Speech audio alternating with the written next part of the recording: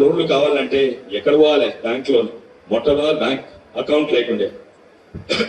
అదే కాక మీదికి ఎవరో ఎమ్మెల్యే దగ్గరనో లేకుంటే మంత్రి దగ్గరనో పోయి సిఫారసు చేస్తే దొరుకుతుంది బ్యాంక్ అకౌంట్. ₹1,00,000 బ్యాంక్ లోన్ దొరికితే అలా 30,000 లంచమే పోతుంది. ఇప్పుడు అట్లా కాదు. మొట్టమొదలు అది పెద్దోళ్ళకి ఇచ్చేది, ఇప్పుడు చిన్నోళ్ళకి ఇస్తుండ్రు.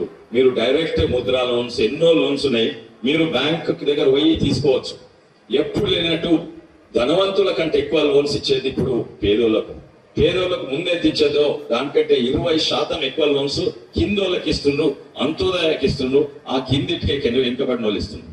దీనితోటే ఇప్పుడప్పుడు గొప్ప సైంటిస్టులు, ఎకనామిస్ట్ అదే చెప్తుండ్రు. మోడీ గారు చెప్పిందే కరెక్ట్. అందుకే ఈ రోజు మనము ఆర్థికంగా 10వ స్థాయి నుంచి 5వ స్థాయి చేసినందుకు ఇది అంత్యోదయ అనే.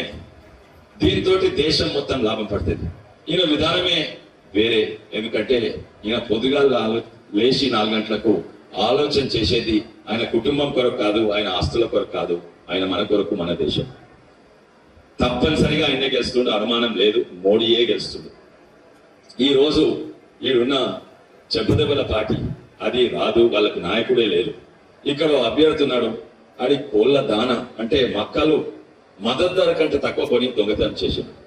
ఎంపీ కాకముందే ఆ పైసలతోటే వాడుకున్నాడు, ఆ పైసలతోటే లంచాలిచ్చి గెలిచిండు. పోలీస్ ఇంకా అధికారులను వాడుకొని గెలిచిండు.